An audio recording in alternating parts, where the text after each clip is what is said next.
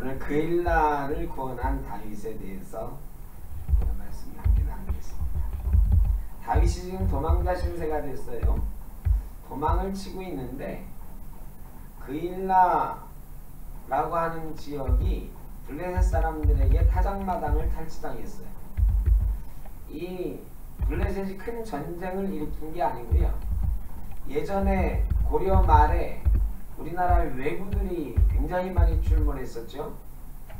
그 나라에서 큰 국경이나 큰 부대를 움직이는 거는 어떻게 나라가 혼란해도 장수들이 하는데, 사실은 고려 만엽에 나라가 혼란해지니까 뭐 작은 항구, 해변, 마을 이런 데를 다 부대가 지키지는 못하거든요.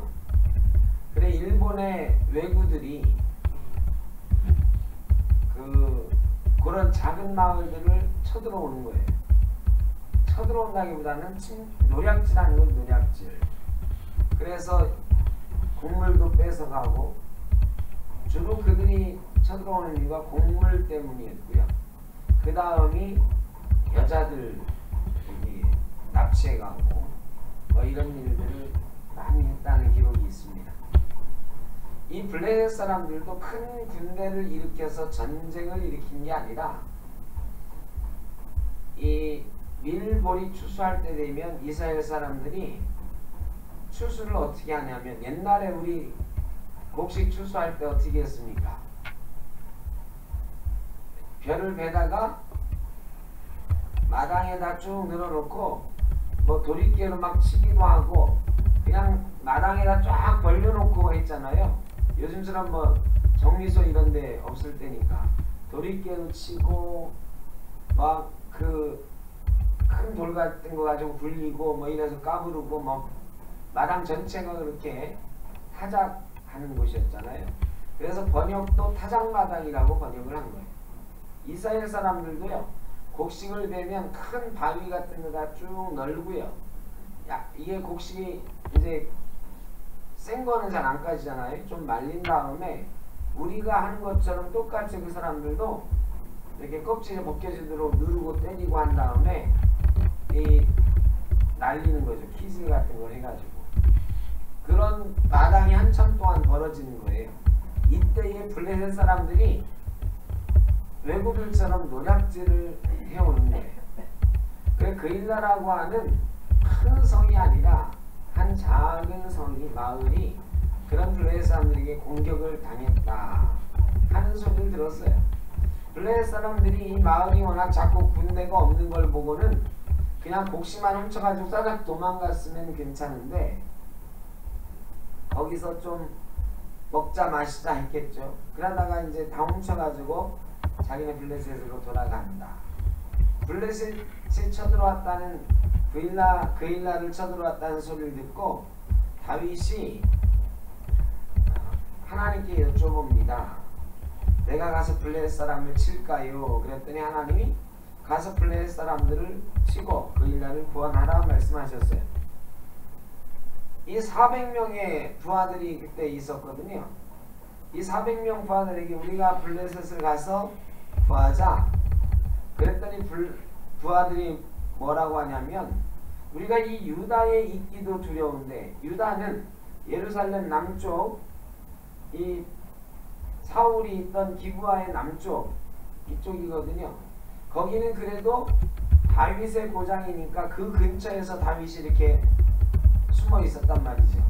그런데 그일라는 블레셋과의 접경 지역이니까요, 한참 서쪽으로 가야 되는 거예요. 그러니까 부하들이 생각하기에 우리가 지금 여기 숨어 지내기도 바쁜데, 위험한데, 거기까지 괜히 갔다가 군대, 사울의 군대라도 만나면 어떻게 하려고 합니까? 반대한 거죠.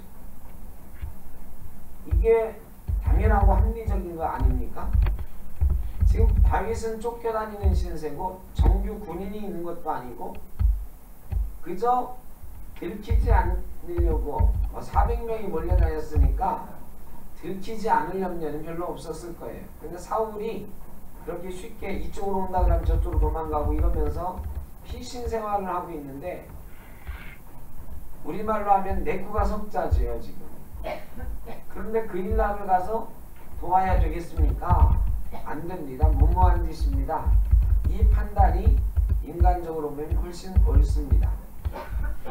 이때 부하들이 반대하니까요. 안 돼. 그래도 하나님이 시켰으니까 가야지. 이러지 않았습니다. 다윗이 하나님께 한 번 더 여쭈어봅니다. 여호와께서 대답하여 이르시되 일어나 그 일나로 내려가라. 내가 블레셋 사람들을 내 손에 넘기리라. 한 번 더 응답하셔요. 여러분 이게 우리 일을 풀어나가는 방법인 것 같습니다. 저도 이런 일에 상당히 미숙한 적이 많이 있는데 내가 하나님께 기도했어요. 응답받았습니다. 사람들에게 내가 이렇게 응답받았다고 이렇게 하자고 제안을 했는데 사람들이 아이 그거 말도 안 되는 얘기라고 우리 처지 어찌하냐고 이렇게 말한단 말이지요. 자, 하나님은 이렇게 하라고 하셨고 사람들은 안 된다고 말해요. 여러분 같으면 어떻게 해야 돼요? 아니 내가 하나님께 기도해서 응답받았는데 이게 하나님의 뜻인데 해야지. 이제까지 한국교회 분란은 다 여기에 있었어요. 하나님 뜻을 몰라서가 아니라 하나님 뜻을 들었다고 해도 그것을 풀어나가는 방법에 있어서 하나님의 뜻을 깨닫고 알았다고 해도 그것을 풀어나가는 방법에 있어서 조금 급하고 서툴렀던 점이 많이 있다. 이때 이걸 제일 잘한 분이 누구냐? 저 온누리교회 세우시고 이제 돌아가신 하용주 목사님. 제가 하용주 목사님한테 신대원 다닐 때 목회 실습이라는 과목을 배웠어요. 목회의 이제 현장 목회를 와서 강의를 해주셨는데 하용주 목사님이 당회에다가 이제 기도해보고 이제 당회 준비를 해서 안건을 내놔요. 그러면 그 온누리교회는 뭐 하용주 목사님이 되게 말씀하시면 다 통과하잖아요. 장로들이 뭐 여러 명 큰 교회니까. 근데 그 중에 한두 명이 목사님 그거 이러저러한 어려움이 있지 않겠습니까? 그러면 나머지 장로들은 다 찬성하고 한두 장로님이 그렇게 이견을 말하잖아요. 그러면은 저 같으면 예전에 저 같았으면 그랬을 거예요. 그런가요? 그럼 우리 한번 투표해서 결정할까요? 이래도 문제 삼을 사람은 아무도 없습니다. 아니면 장로님 말씀도 일리가 있는데 제가 오랫동안 생각하고 하나님께 기도하고 응답받은 겁니다. 웬만하면 따로 주시죠. 이랬을지 몰라요. 그래도 뭐 별 문제가 없었을 거예요. 근데 하용주 목사님이요. 이견이 나오면 아 그런가요? 알겠습니다. 그러면 이 의견은 보류하고 다음 달에 다시 응하겠습니다. 이렇게 말했대요. 그리고 그 다음 달에 이제 또 그 의견을 내놔요. 이거 한 달 동안 생각해 보셨으니까 한번 의견을 말씀해 보시죠. 그러면 아무도 얘기 안 하면 좋은데 장로님들이 수십 명 되니까 또 그 중에 목사님 제가 한 달 동안 생각해 보니까 또 이런 문제도 있을 것 같습니다. 그러면 또 뭐라고 하실까요? 알겠습니다. 그럼 한 달 뒤에 다시 해봅시다. 처음에 이렇게 하니까요. 되는 일이 하나도 없어. 하나도 없어. 그러니까 나중에 어떻게 하느냐. 장로님들끼리 야 그거 하지 마. 뭐 일이 돼야지. 응? 그거 뭐 별 문제도 아닌데 자꾸 얘기를 해가지고 자꾸 연기하자고 하게 해. 그래가지고 나중에는 제가 기도해보고 이러한 건들을 생각해 왔는데요. 그러니까 그 다음부터는 아무도 말하는 분들이 없더래요. 그래가지고 당회를 뭐 30분 만에 그냥 아무 문제 없이 순탄하게 하셨다 이런 말씀을 하신 적이 있어요. 이게 우리가 교회에서 일 풀어나가는 방법이다. 내가 하나님께 응답을 받았거나 하나님의 뜻이라고 확신하는 문제가 있는데 누군가에게 의견을 얘기했어요. 근데 의견이 다를 수 있어요. 또 사람의 생각으로는 걱정되는 일이 있을 수 있어요. 그런 때에 우리의 대답은 딱 하나다. 그건 뭐다? 뭐 한 달 연기합시다 이게 아니고 다윗이 답을 알려주고 있는 거예요. 그게 뭐다?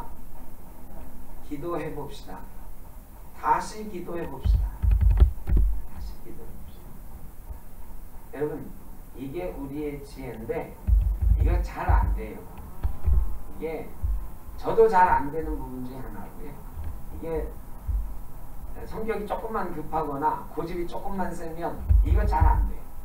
그런데 그런 지혜를 우리가 배워야 돼요. 이건 목회하는 일뿐만 아니라 여러분이 교회에서 어떤 일을 하든지 그런 지혜가 있어요. 이게 옳아요. 이게 하나님 보시기에도 틀림없이 옳아요. 그래도 그것만 옳다라고 하지 말고 하나님께 한 번 더 기도해 봅시다. 이런 자세가 서로의 갈등을 없애고 하나가 되게 한다. 부하들이요, 다윗이 이렇게 하자 그러면 하지요. 부하들이니까. 그런데 다윗이 그러냐? 너희의 반대가 참 일리가 있다. 근데 하나님이 가라고 하셨는데 너희의 반대되는 얘기도 하나님께 한번 말씀드려보고 하나님께 한 번 더 여쭤보자. 이렇게 말했어요. 이 다윗이 어린 사람이거든요. 이때 뭐 20몇 살 간 넘었을 때잖아요. 그러니까 사람들이 야, 저 젊은 사람이 굉장히 신중하구나. 우리의 말도 상당 부분 받아들이는구나. 하나님께 같이 여쭤보는 거예요. 여쭤볼 때 하나님께서 또 응답하시는 거죠. 자, 이게 다윗이 혼자 기도했는데 사람들이 하나님이 응답하신 걸 어떻게 알았을까? 그 비밀은 사실 하나님께 여쭤봤다는 게 뭐냐? 6절에 보면 아히멜렉의 아들 아비아달이 그일라 다윗에게로 도망할 때에 손에 에봇을 가지고 왔더라 그랬어요. 요게 하나님께 여쭤본 비밀이에요. 에봇에는 우림과 둠밈이 있어요. 그리고 이 제사장에 오시잖아요. 여기에는 하나님께 여쭤보는 도구가 있단 말이죠. 그래가지고 다윗이 하나님께 여쭤본 거는 혼자 가서 기도해서 여쭤본 게 아니고요. 제사장에게 우리 이 문제를 하나님께 여쭤봅시다 한 거예요. 그랬더니 제사장이 이 에봇에 있는 우림과 둠밈으로 하나님께 여쭤보고 하나님이 응답하신 것을 다윗에게 알려준 거죠. 두 번째로 다윗이 물어볼 때는 다 같이 제사장을 통해서 하나님의 뜻이 무엇인지 다시 한번 여쭤보자. 우림과 둠밈으로 어떻게 에봇으로 어떻게 하나님의 뜻을 물었는지는 지금은 정확히 몰라요. 워낙 오래전 일이라서. 그러나 사람들이 볼 수 있는 방법으로 하나님이 제사장을 통해서 응답하셨다고 성경은 기록하고 있는 거죠. 그러니까 제사장을 통해서 하나님의 응답을 또 받으니까 사람들이 다 보고는 야, 하나님이 다시 한번 저렇게 말씀하시는구나. 하나님이 두 번째 말씀하시는데 거역할 사람은 아무도 없거든요. 그러니까 함께 가서 그일라를 구원하게 되었다. 이 그일라를 구원한 사건은 다윗에게 있어서 인간적으로도 굉장히 중요한 사건이었습니다. 다윗이 도망자였지만 나중에 보면 400명이었던 사람이 600명으로 늘어난다 이 얘기가 나와요. 600명이 되거든요. 자, 그런데요, 우리 교회 이 사람 10명 늘어나는 게 얼마나 힘든지 우리가 잘 알고 있잖아요. 그죠? 제가 하여간 금년에 소원이 있다면 우리 어른들이 말이죠, 120, 30명만 꾸준하게 예배하는 게 금년에 됐으면 좋겠다. 이게 제 소원이에요. 뭐 단순히 200명 막 300명 이렇게 단번에 되는 것도 좋지만 지금 현재 우리가 100명에서 110명 이렇게 어른이 예배하는데 여기 한 10명, 20명만 더 금년에 안정적으로 출석하는 분들이 늘어났으면 좋겠다. 아주 소박한 마음이죠. 그런데 이게 쉽지가 않아요. 우리가 열심히 지금 노력을 하고 있습니다. 오케스트라 하는 것도 그렇고 여러 가지를 전도하는 프로그램으로 세우려고 하는 것도 그런 게 있기 때문이죠. 소원이 있기 때문이죠. 사람 늘리는 게 정말 어려워요. 전도하는 게 정말 어려워요. 자, 다윗이 지금 도망자 신세예요. 말하자면 역적이라고 몰렸어요. 400, 처음에는 서너 명 따라왔는데 나중에는 400명이 됐어요. 그러다가 이런 그일라 사건 이후에 600명이 됐어요. 자, 이게 뭘 말하는 걸까요? 여러분 같으면 20몇 살짜리 도망자 편에 서겠습니까? 권력을 가지고 있는 사울의 편에 서겠습니까?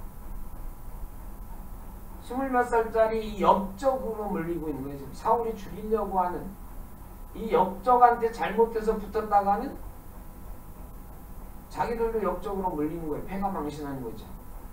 여러분 같으면 다윗 편에 설 만한 용기가 생기겠습니까? 안 생기겠습니까?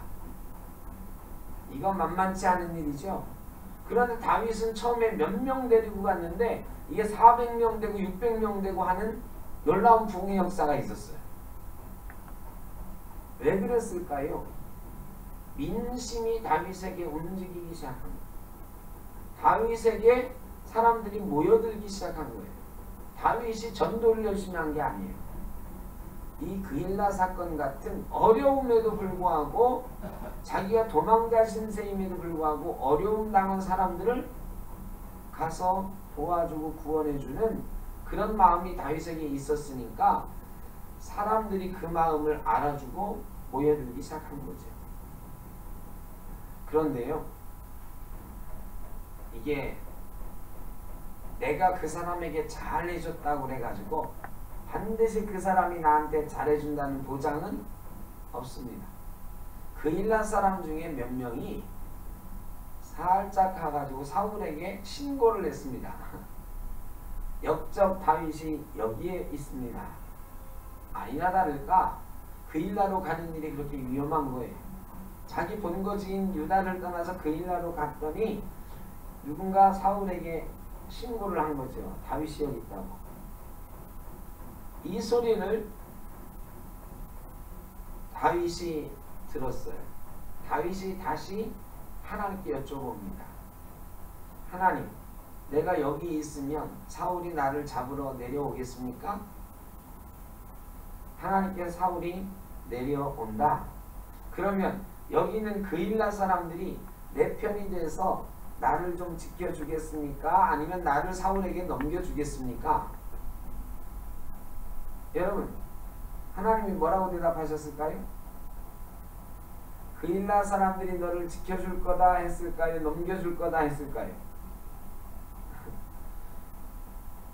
그일라 사람들이 어려운 가운데도 다윗이 와서 자기들을 구원해 줬으니까 대다수의 사람들은 신고한 사람도 있지만 대다수의 사람들은 다윗 편에서 다윗을 숨겨주거나 다윗을 도망치게 해주거나 할 거다 생각을 하지만 하나님께서 의외로 뭐라고 하셨냐면 빨리 도망쳐라.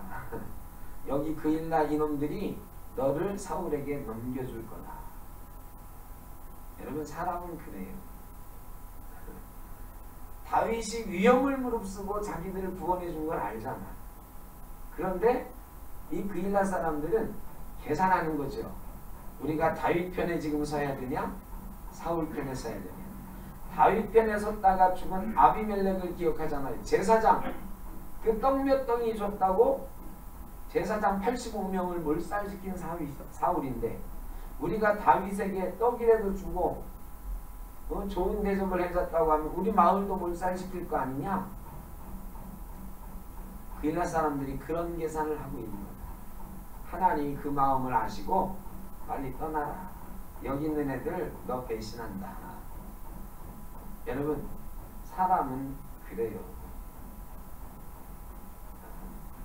내 이익 앞에서 내 목숨이 왔다 갔다 하는 순간에 의리를 끝까지 지킨다? 이거 쉽지 않습니다. 저는 한편으로 그일라 사람을 이해도 합니다. 그일라 사람들이 자기들을 구원해준 다윗이긴 하지만 다윗을 끝까지 보호하려고 하고 다윗 편에 쓰려고 하면 지금 다윗은 사울만큼 힘이 없어요. 사울하고 싸우면 무조건 지는 거예요. 다윗이 지는 싸움인데 다윗 편에 마을 전체가 합류하면 그 마을 어떻게 될까요? 사울의 잔혹함, 제사장들을 죽인 잔혹함으로 보면 그 마을도 세조씨 다 죽일 거다. 이런 생각 쉽게 할 수가 있어요. 제사장 85명과 그 아이들까지도 싹 죽였다고 그랬거든요. 사울이 악독하고 잔인한 사람. 그일나 본보기로 싹 죽였을지 몰라요. 그래서 아마 신고도 했을 거고, 신고할 때 마을 사람들도 어느 정도 거기에 공감하고 있었던 것 같다, 이런 생각이 듭니다. 어쨌든 다윗이 그 말씀을 듣고는 그일라를 떠났습니다.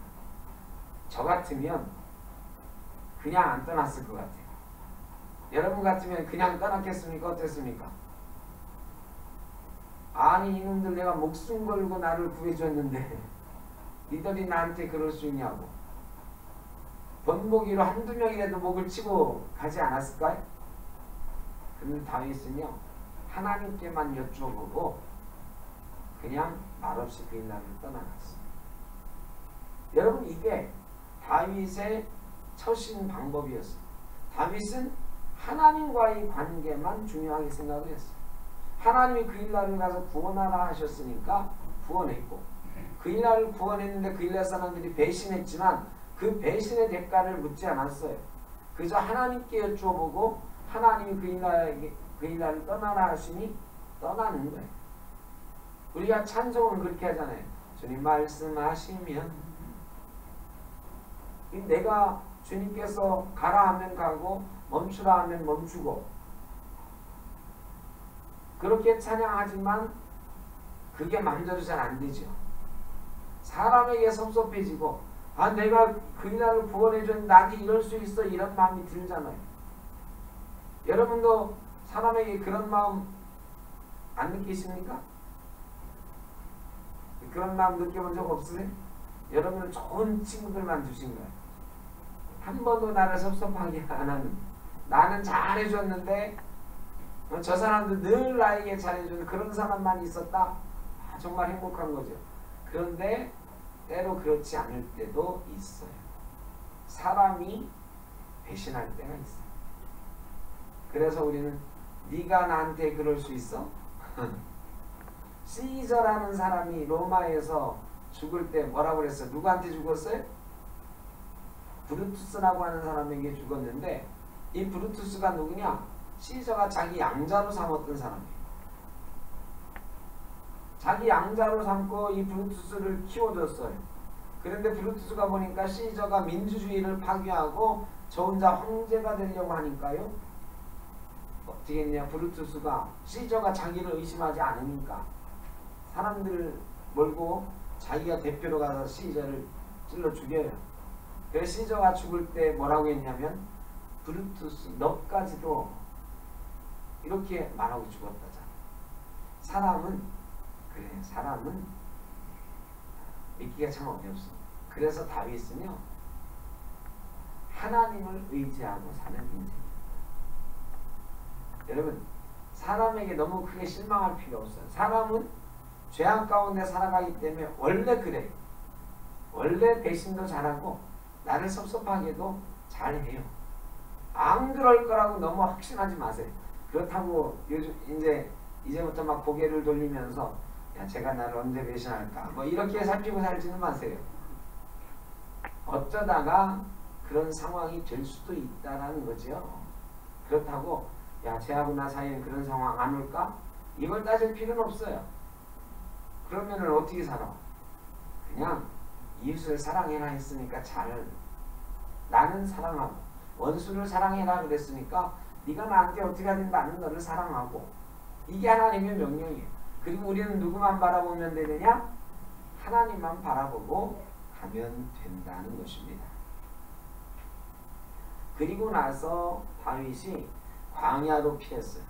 광야에 요새에도 있었고 십광야 산골에도 머물렀는데 사울이 매일 찾았다 그랬어요. 사울이 매일 찾아요.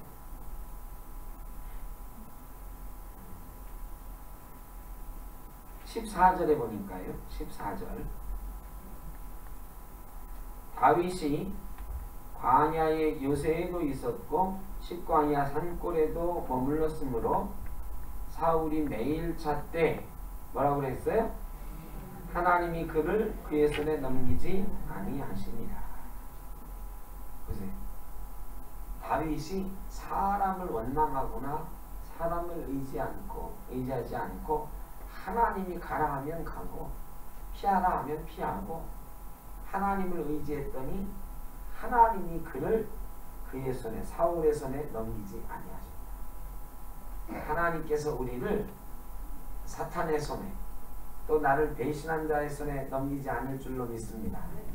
그 하나님을 믿고 하나님의 섭리에 맡겨 살아가는 저와 여러분 되시길 바랍니다. 섭리가 뭐냐? 하나님이 이 세상을 이끌어 가시는 이치 이런 거거든요. 하나님은 그렇게 이끌어 가시는 거예요. 사람의 계산으로 이끌어 가시는 게 아니고 하나님의 계획 가운데 이끌어 가시는 겁니다. 그 계획에 맡기고 살면 하나님을 보호하십니다. 그 다음에 다윗이 사울이 자기 15절입니다. 사울이 다윗 15절부터 어디까지냐 23절까지 한 절씩 교독해서 읽겠습니다. 15절부터 23절까지. 다윗이 사울이 자기의 생명을 빼앗으려고 나온 것을 보았으므로 그가 십광야 수풀에 숨어 있었더니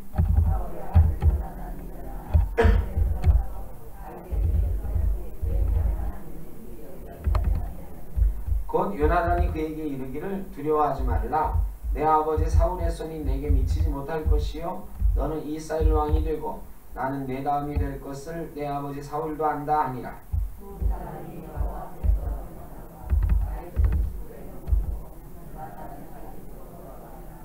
그때 10사람들이 기브아에 이르러 사울에게 나와 이르되 다윗이 우리와 함께 광야 남쪽 하길라산 숲을 요새에 숨지 아니하였나이까.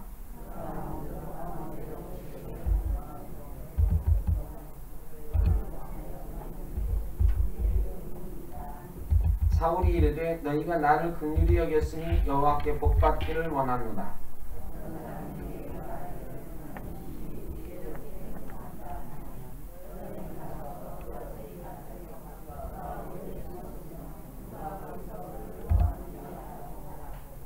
그가 숨어있는 모든 곳을 점검하고 그 실상을 내게 보고하라.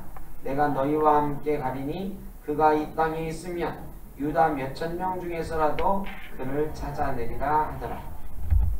두 가지 사건이 나옵니다. 십광야 수풀에 있는데 요나단이 다윗과 연락이 되었는지 그건 모르겠어요. 어쨌든 요나단은 다윗을 찾아옵니다. 혼자 찾아와서는 둘이 언약을 하는데 다윗에게 여기 보면요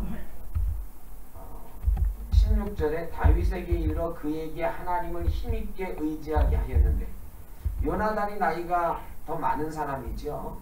요나단이 나이가 다윗보다는 한참 많아요. 그런데 이 요나단이 친구로 지내지만 더 많은 사람이고 이때는 어떻게 보면요 다윗보다 요나단이 더 믿음이 좋은 사람인 것 같아요. 요나단이 다윗에게 하나님을 힘있게 의지하게 한다 그랬어요. 너 하나님을 의지해라. 하나님만이 너를 살리신다. 그리고 하나님의 계획 가운데는 나보다 네가 있다. 너가 왕이 될 것이다. 여러분 진짜 친구는 하나님께서 너와 함께 하신다. 하나님이 너의 길을 만들고 계신다. 비전을 알려주는 사람이 진짜 친구예요. 여러분 우리가 누군가를 위로하고 누군가를 정말로 이렇게 권면할 때에 그냥 사람의 말로 위로하는 것보다는 하나님께서 너에게 어떤 비전을 가지고 계시는지를 알려주는 그런 권면과 위로가 진짜 위로가 됩니다. 다윗에게 얼마나 큰 위로가 되겠어요. 사울은 나를 죽이려 하나 그 다음 왕이 될 사람인 요나단이 하나님이 택한 사람은 내가 아니라 바로 너다. 너는 왕이 될 것이다. 너는 그 하나님을 의지해라. 힘있게 의지해라. 여러분 나한테 세상 말로 좋은 말 해주는 사람이 좋은 친구 아니에요. 세상적으로 잘해주는 사람만 찾아가다 보면 언젠가는 실패합니다. 우리가 정말로 좋은 관계를 유지하고 싶으면 하나님께서 우리에게 어떤 일을 계획하고 있는지를 함께 나누는 사람을 친구로 삼으시기를 바랍니다. 하나님께서 우리에게 계획하고 있는 하나님의 비전을 함께 공유할 수 있는 사람이 진짜 신앙인의 친구여야 되는 것입니다. 그래서 우리는요, 서로를 권면하고 위로할 때에 하나님이 우리와 함께 하시고 하나님이 너와 함께 하실 거예요. 교회 일하다 보면 본의 아니게 힘들 때가 많아요. 본의 아니게 내가 열심히 봉사하고 수고했는데 내게 돌아오는 대가는 이거 당장 때려치고 싶어 이런 때가 많아요. 여러분 사람을 보면 그래요. 근데 하나님을 보면서 그렇게 위로해야 돼. 야, 지금 네가 힘들어도 하나님이 다 하실 거야. 하나님이 너에게 복 주실 거야. 하나님이 너를 이렇게 훈련시키셔서 더 크게 쓰실 거야. 여러분 이렇게 위로하면서 이런 비전을 함께 나누는 공동체가 복된 공동체. 저는 우리 센터교회가 그런 공동체가 되기를 바랍니다. 수십 년 같이 신앙생활했기 때문에 별의별 얘기를 다 들어 조금 지나면 다 풀어져. 이런 공동체 이게 좋은 게 아니에요. 힘들고 어려울 때 하나님의 비전을 함께 나눌 수 있는 공동체가 되어야 건강하고 아름다운 신앙의 공동체를 이루어갈 수 있습니다. 저희가 그런 공동체 만들어갈 수 있기를 간절히 바랍니다. 이때에 다윗을 십사람들이 십광야 숲에 숨었다고 그랬잖아요. 이 십광야에 있는 사람들이 다윗을 또 신고했어요. 근데 신고한 말을 정확히 보세요. 19절에 그때의 십사람들이 기브아에 이르러 사울에게 나와 이르되 다윗이 무리와 함께 광야 남쪽 하닐라산 숲에 숨지 않았나이까. 우리와 함께 숨었다 그랬어. 이 사람들이 누구예요? 이 사람들이 십광야 사람들인데 다윗의 길 안내를 맡았던 사람들이나 다윗에게 여기가 좋다라고 숨을 곳을 알려주었던 사람이나 다윗과 함께 숨어서 같이 지내던 일행이었다 이거죠. 우리와 함께 숨었다. 광야가 넓어요.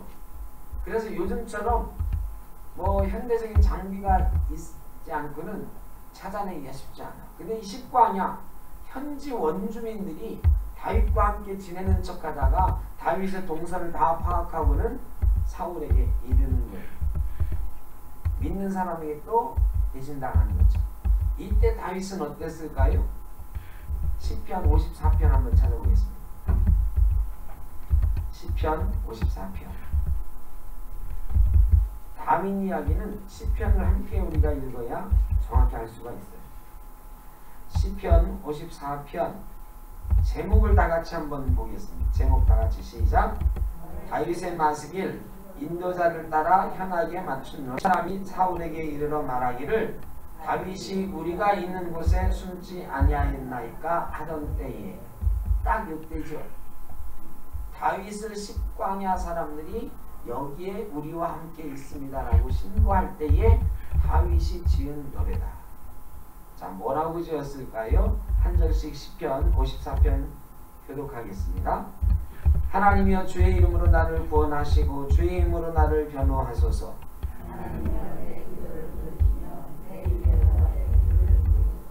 낯선 자들이 일어나 나를 치고 포악한 자들이 나의 생명을 수색하며 하나님을 자기 앞에 두지 아니하였음이니이다. 셀라.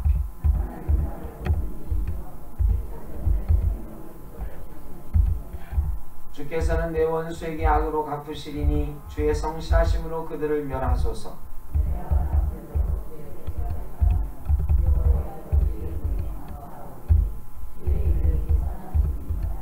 참으로 주께서는 모든 환난에서 나를 건지시고 내 원수가 보응받는 것을 내 눈이 똑똑히 보게 하셨나이다.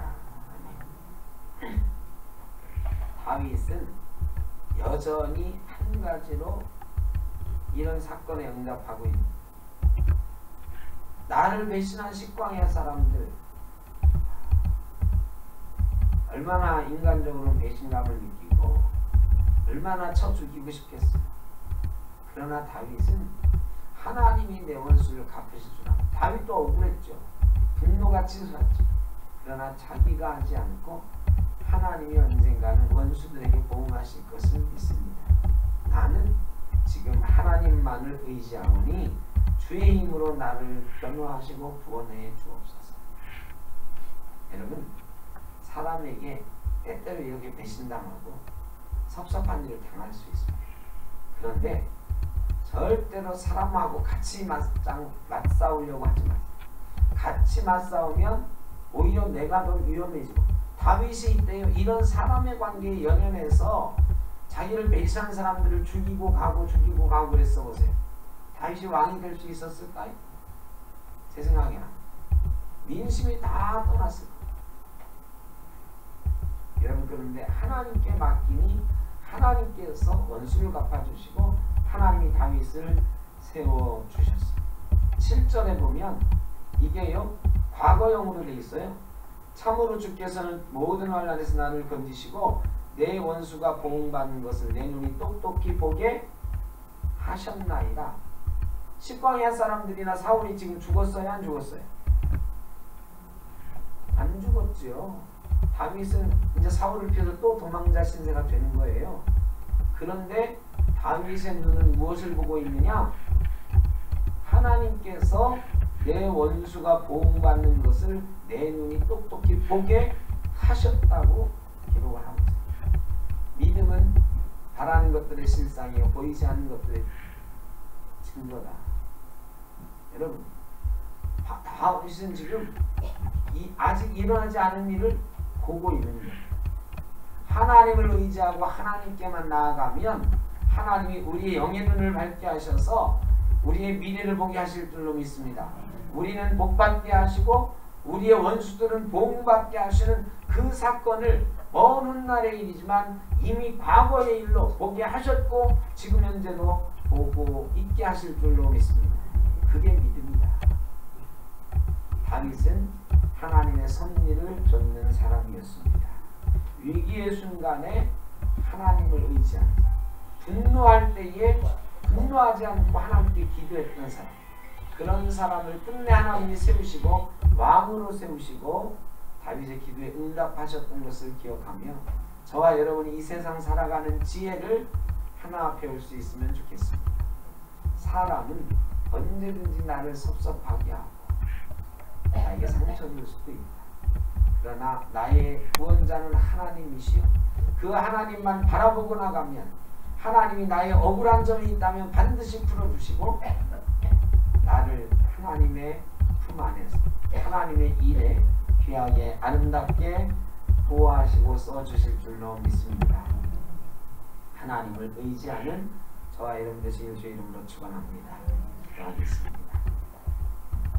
사랑의 아버지 하나님, 어려웠던 순간들마다 하나님께 기도했던 결정하기 어려운 문제들 속에서 하나님의 결정에 순종했던 다윗, 사람이 섭섭하게 할 때에도 사람에게 원수 갚지 않고 하나님께 의지하고 기도했던 다윗을 보았습니다. 그가 위대한 왕이 되었던 이유를 저희가 알 수가 있습니다. 하나님, 저희도 다윗을 조금씩 본받아 살게 하여 주옵소서.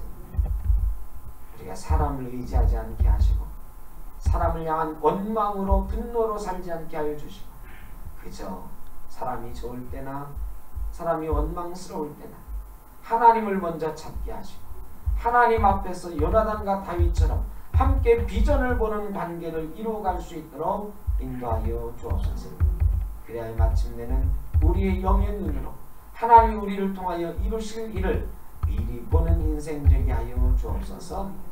감사하고 이제는 우리 주 예수 그리스도의 크신 은혜와 아버지 하나님의 무한하신 사랑하심과 성령의 인도하시며 교통하시고 다윗처럼 하나님을 의지하여 하나님의 섭리를 쫓아 살기를 소원하는 모든 주의 사랑하는 자녀들과 가정 위에 일터 위에 우리가 만나는 모든 사람들과의 관계 속에 영원토록 함께 하시기를 간절히 축원하옵나이다. 아멘.